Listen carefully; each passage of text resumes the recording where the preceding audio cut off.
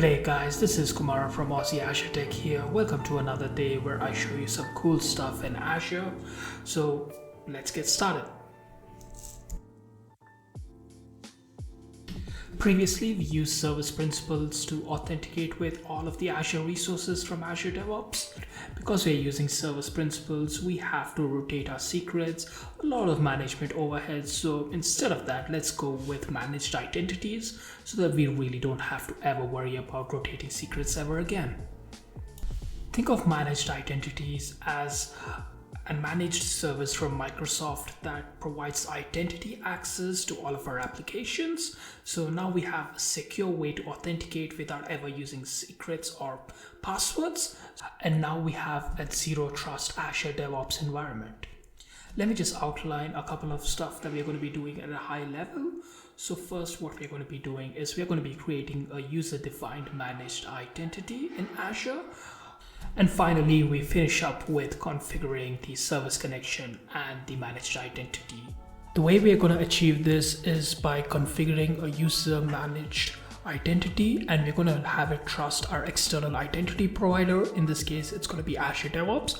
So we're just going to be having this federated credentials to serve as the bridge between our Azure environment and also Azure DevOps. Let's go into the Azure portal and first create our user assigned managed identity. Unlike system managed identities, we're going to be creating this managed identity in a resource group. And after we do that, we are also going to be giving access to this managed identity by granting it a contributor role across our subscription. And now let's go back to Azure DevOps to configure the service connection. We are going to be selecting the workload identity federation menu. We're just going to be providing the service connection name and the description. Once we do hit next, now we get the issuer and the subject identifier. These are the most important parts of the service connection that we're going to be configuring right now. Let's go back to the Azure portal. We'll click on the federated credentials, and then here we're just going to add a credential.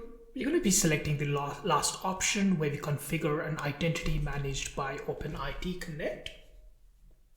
And now let's just paste in our issuer URL and the subject identifier that we just created earlier.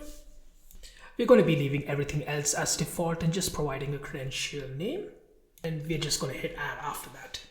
And now to finish setting up the service connection, let's go back to the Azure DevOps portal.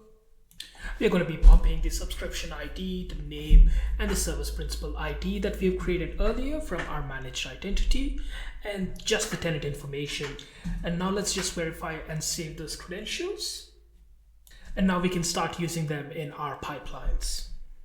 To verify this is working, I've just created a sample pipeline where the only step I have is an Azure CLI step, where all I'm running is AZ account show.